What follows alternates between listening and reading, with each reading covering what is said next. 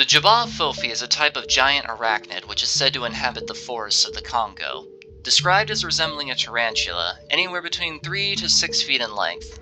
Tales describe the spiders digging a shallow tunnel under tree roots and camouflaging with a large screen of leaves. They create an almost invisible web between their burrow and a nearby tree, stringing the whole area with a network of trip lines. Anything that will trip the line will alert the spider and be chased into the web. This type of predatory behavior is very similar to the species of trapdoor spider. Natives claim the Jabba eggs are pale, yellow-white, and shaped like peanuts, and the hatchlings are bright yellow with a purple abdomen. Their coloration becomes darker and brown as they mature. Some of the people indigenous to the regions in the Congo, where the Jabba has been seen, assert that spider was once very common, but has since become very rare, possibly indicating that the species has become endangered due to the mass deforestation. While some documentation on the cryptid exists as far back as 1890, the first well-documented account on the creature by a Westerner is that of Reginald and Mardred Lloyd in 1938.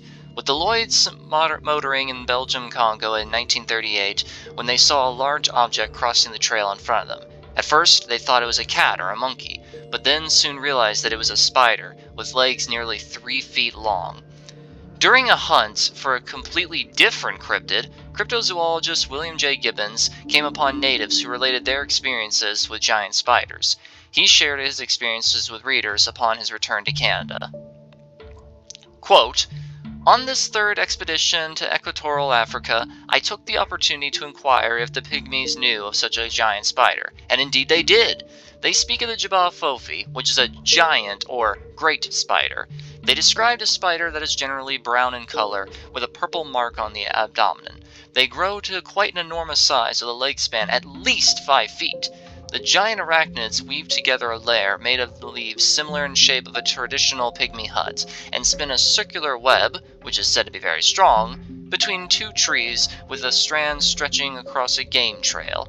These giant ground-dwelling spiders prey on the diminutive forest antelope, birds, and other small game, and are said to be extremely dangerous, not to mention highly venomous." Gibbons states, "The spiders are said to lay white peanut-sized eggs in a cluster, and the pygmies give them a wide berth when encountered, but have killed them in the past. The giant spiders were once common, but are now a rare sight." End quote. In March 2013, a video surfaced on YouTube of an alleged Jabba caught on a night vision camera near a waterhole next to a tree in Mozambique. The Jabba appears out of the darkness for a brief moment while scurrying into the darkness on the far right side of the screen.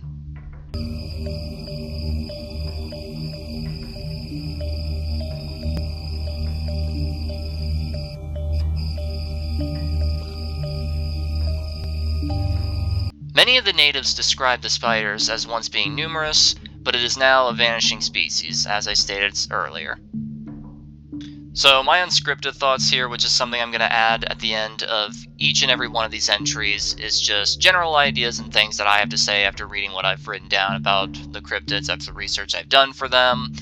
The Jabba is a very interesting one because, unlike a lot of cryptids, there's nothing really whimsical about it, and in fact it's just very natural, which honestly does give it a bit of credence, I want to say, just because, like, even the natives don't treat it like this is some spiritual force or some monster. It's just like, oh yeah, that's just a big spider, no biggie, you know.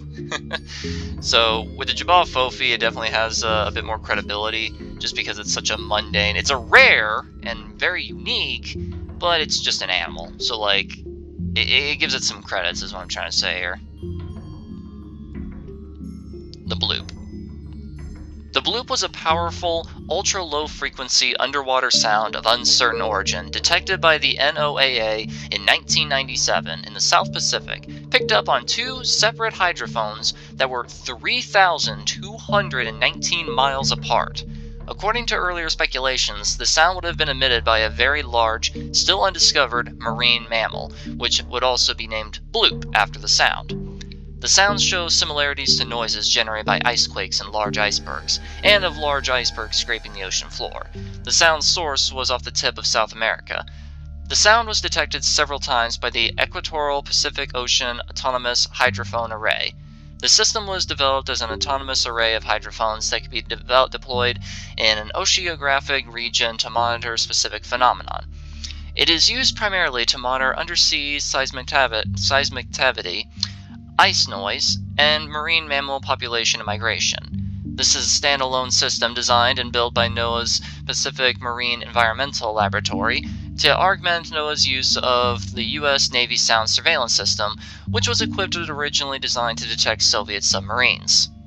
It has been argued, however, that the patterns in the variations with the sound indicate an animal origin, assuming similar noise-making capabilities to a blue whale, which is the largest known species of animal. The bloop would have had to be made by an animal more than 250 feet in length.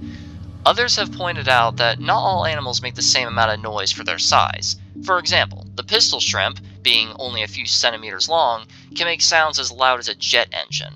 It has been argued that with this in mind, the animal making the bloop noise might actually be significantly smaller than generally estimated. In 2014, it was argued that the bloop was the sound of sea ice breaking off the Antarctic ice shelf. However, confirmation on this theory has never been possible.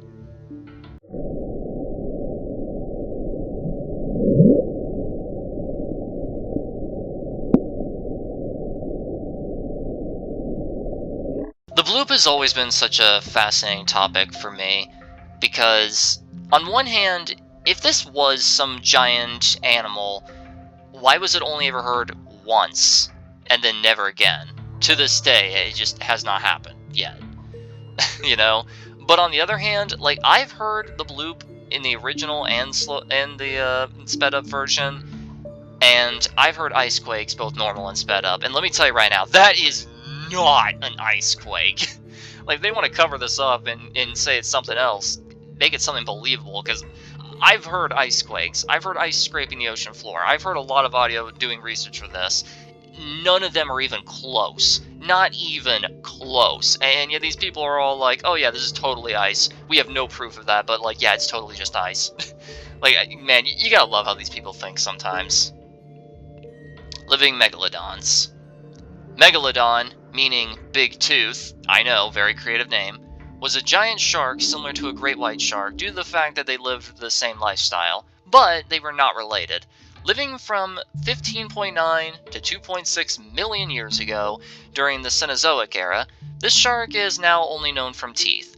Because of this shortage of data, estimates vary regarding its likely size, though it is mostly agreed upon that megalodons could reach lengths of up to 50 or even 60 feet. Although widely regarded as having gone extinct, some believe they may still exist somewhere in the vastness of the ocean. There have been purported sightings in modern times. In 1875, 2 megalodon teeth were brought up during a deep-sea exploration by the HMS Challenger that supposedly were only about 10 to 14,000 years old. During this time, a land bridge between North America and Asia existed, and the ancestors of the Native Americans were crossing over. If tests on the age of the teeth were accurate, this would mean the megalodon was still alive by the end of the Paleozoic, which is over 2 million years after its generally agreed date of extinction. Another recorded sighting was documented in 1918. Supposedly, fishermen off the coast of Australia refused to return to the ocean after a massive shark demolished their gear and stole their crayfish pots. When further questioned, they all reported similar things: a ghostly white shark as long as the wharf they were standing on. 115 feet. Proponents of the modern persistence of megalodon argue that these people are experienced fishermen and would have recognized a whale had they seen one. The creature frightened the fishermen so much that they refused to work. Another sighting occurred in the 1960s. The captain of a 26-meter fishing boat reported seeing a huge shark. Like the fishermen in Australia, he and his crew were very experienced, so it's argued that they would definitely have known if it was a whale or not. The crew refused to say what they saw to reporters. However, the captain would give his account a few years later. In 2013, the Discovery Channel released a fake documentary about the creature called Megalodon, the Monster Shark Lives. Similar to their previous documentary on mermaids, creatively called Mermaids the Body Found, this was a hoax, shown and presented as if it were real, with only very minor and easily missed disclaimers saying it was all fictional.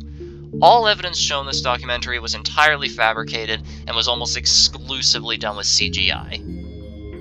The Megalodon is one of those cryptids that I pray is still dead. Like, I really genuinely pray that this thing is still extinct. Like, the ocean is scary enough. We don't need a 60-foot great white swimming around in it.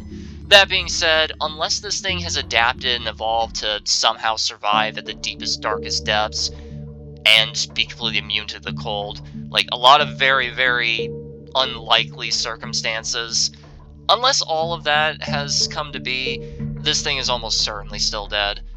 What are these people seeing, however? Who knows? Living dinosaurs.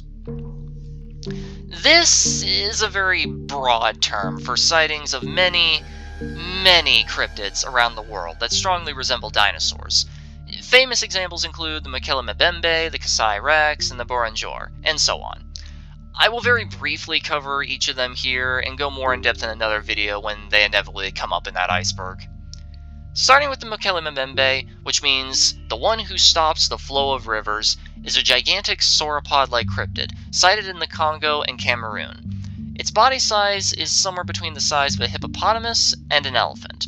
Its length has been reported to be between 16 to 32 feet, the length of its neck is somewhere between 5 to 10 feet, and the length of its tail 5 to 10 feet.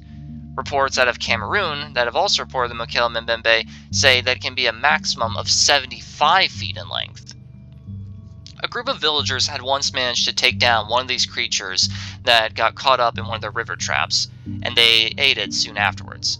Not too long after eating it, everyone who had indulged in it had died, leading to speculation that the creature's meat is poisonous. Of all the dinosaur cryptids out there, the Mokele-mbembe easily has the most amount of proof. Everything from footprints to videos. We're looking for a dinosaur, a long-lost leftover from the Cretaceous period. They even claim to have seen and shot footage of a plesiosaur-like creature swimming in the waters of the lake.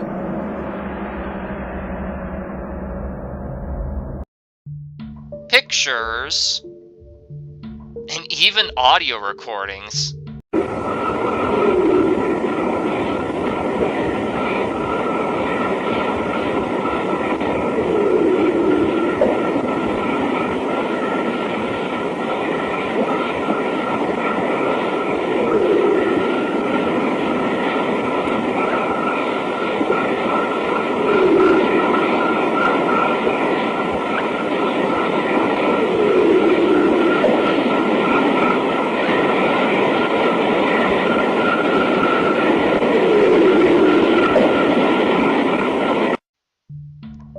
There are even many cryptozoologists that regularly conduct expeditions to the Congo and hunted the creature, with the most recent sighting being in early 2025. Next is the Kasai Rex, a gigantic theropod cryptid from the Kasai Valley of the Democratic Republic of the Congo in Africa. Resembling a T-Rex with a red and black coloring, if it is indeed a living African theropod, it's more likely to be a species of Spinosaurid, Abylasaurid, Allosauride, or Carcharodontosauride, as there have been no known species of Tyrannosaurid ever recorded or depicted in Africa.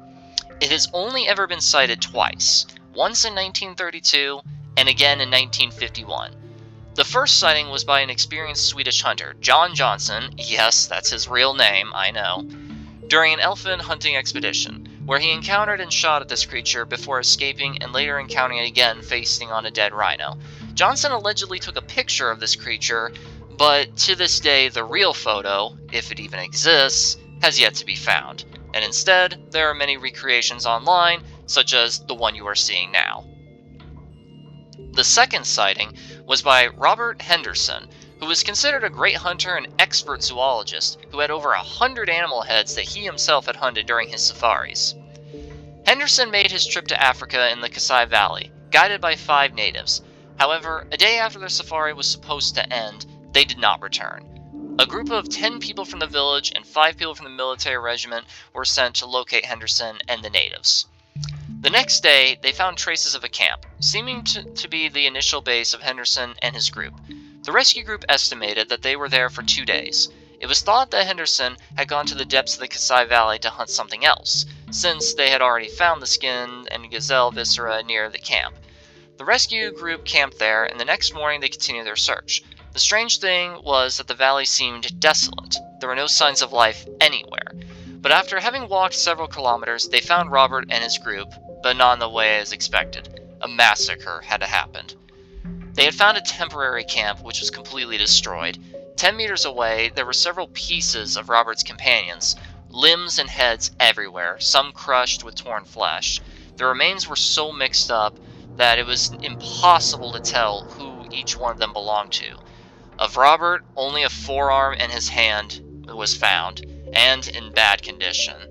An investigation of the case was made, and the official version of the event gave two hypotheses. The first one was that what had happened was caused by illegal hunters, presumably ivory traffickers, but the marks on the bodies did not match up with bullets or knives. The second hypothesis was that it was some animal that had killed his group, and even the remains appeared to have been chewed up and subsequently spat out.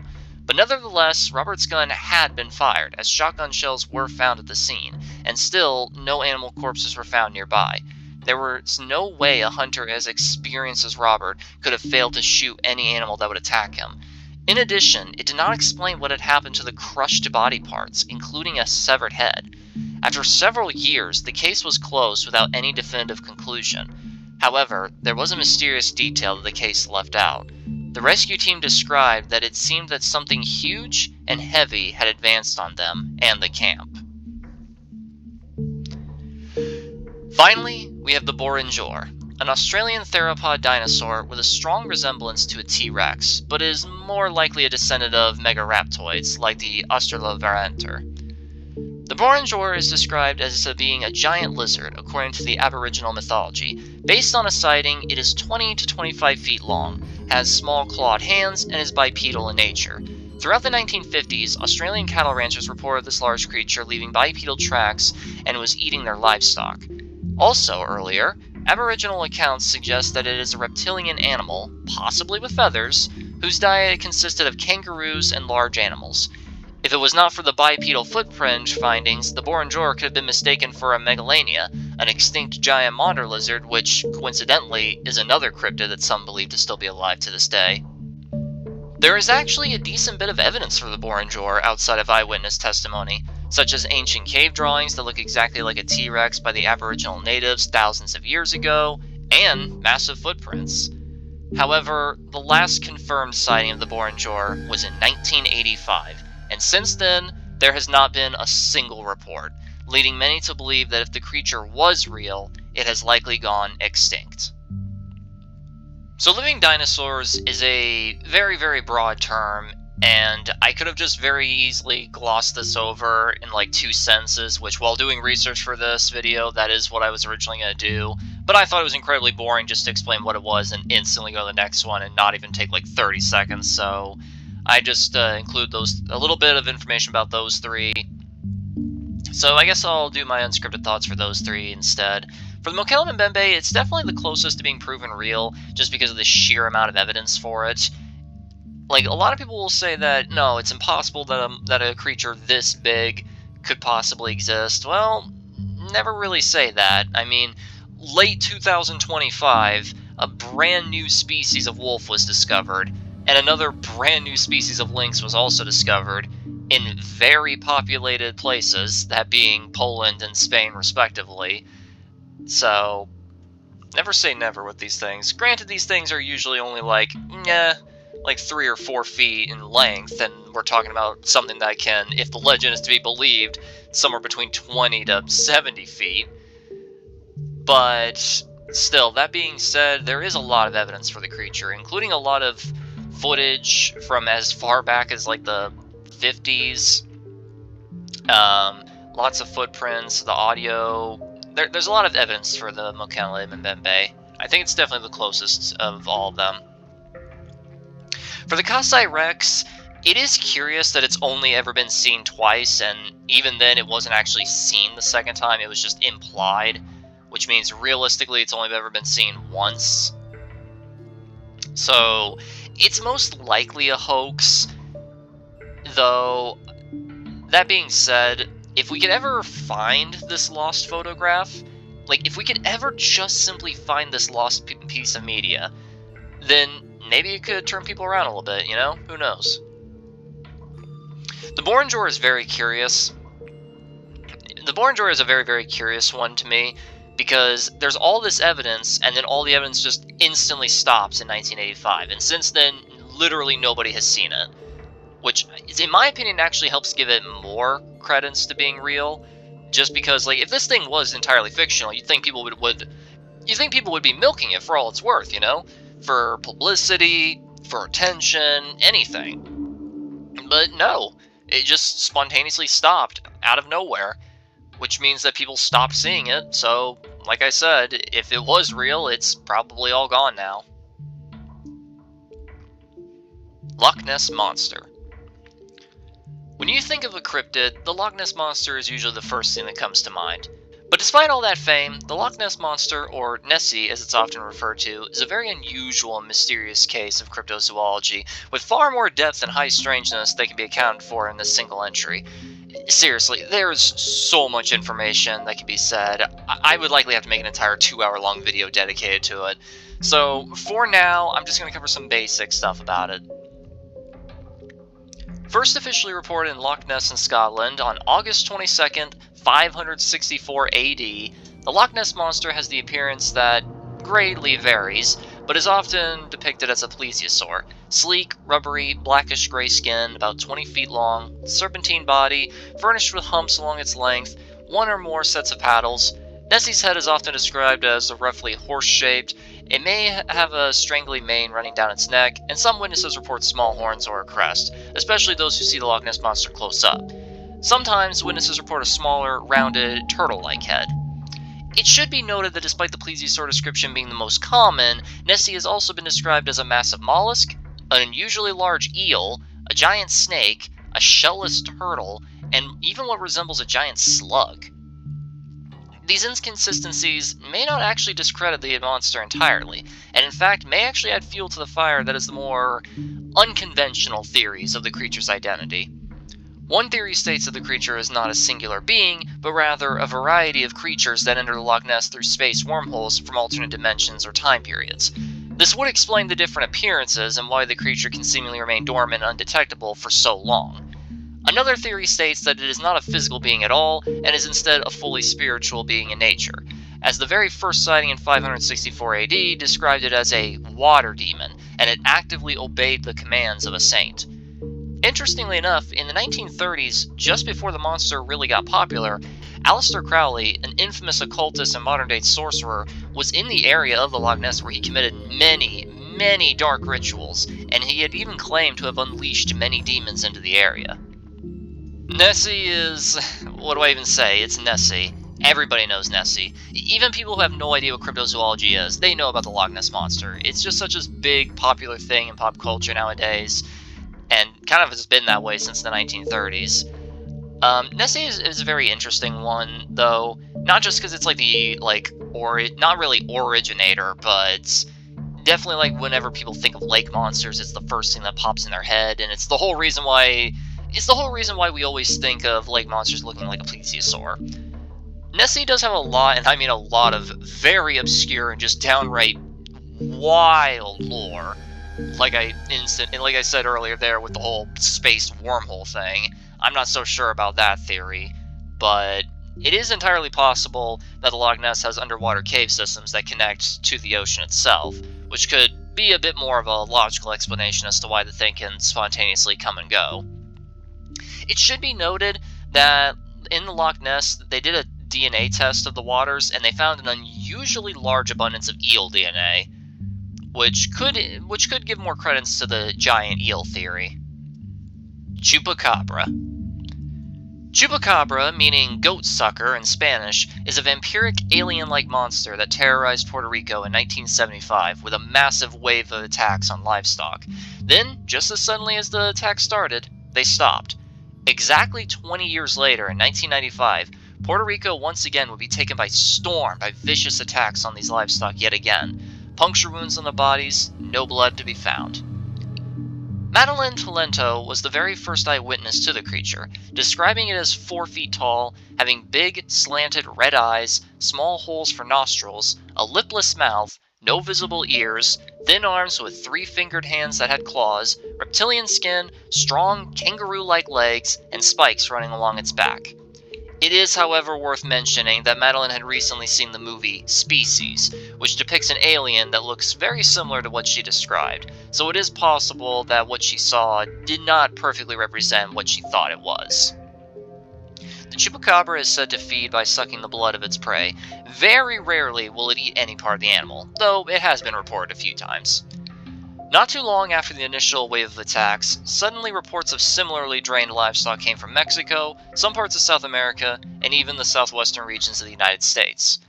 Once these attacks became more common, the term chupacabra quickly became rather meaningless, as it was starting to be used as a general blanket term for any creature that was out of the ordinary, regardless of how much or how little it actually had in relation to the true chupacabra from Puerto Rico. Around the world today, there are many reports of creatures with chupacabra-like tendencies. For example, in Mexico and the USA, there is another cryptid called the blue dog, or Texas blue dogs, which, while having the same feeding patterns and predatory nature of the chupacabra, more closely resemble a hairless dog rather than the alien-like creature that the chupacabra is.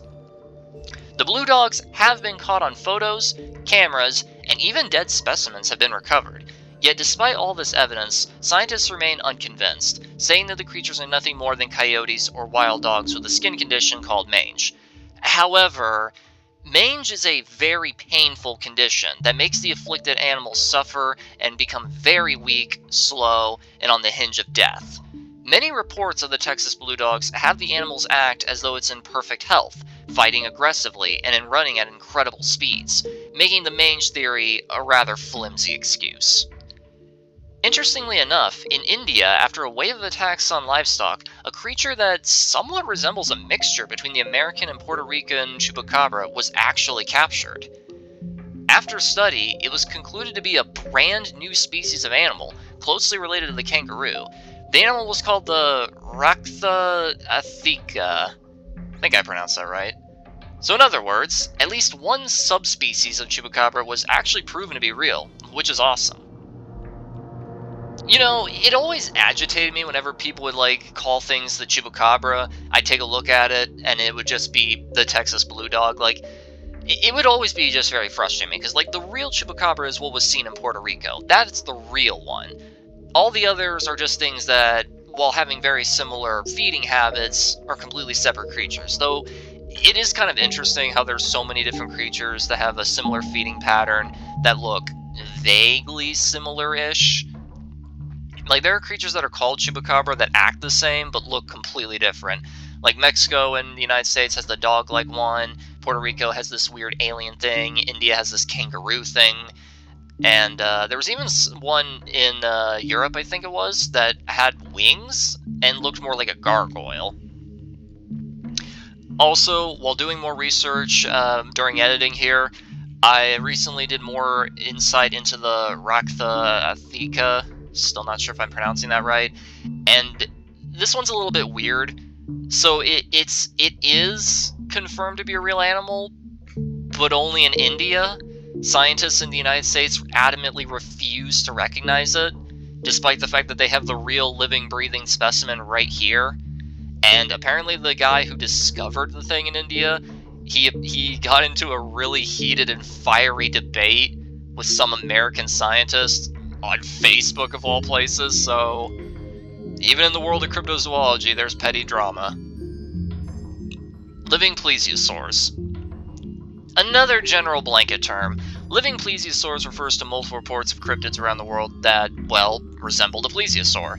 There are over 300 lakes around the world that are said to be home of a plesiosaur-like monster.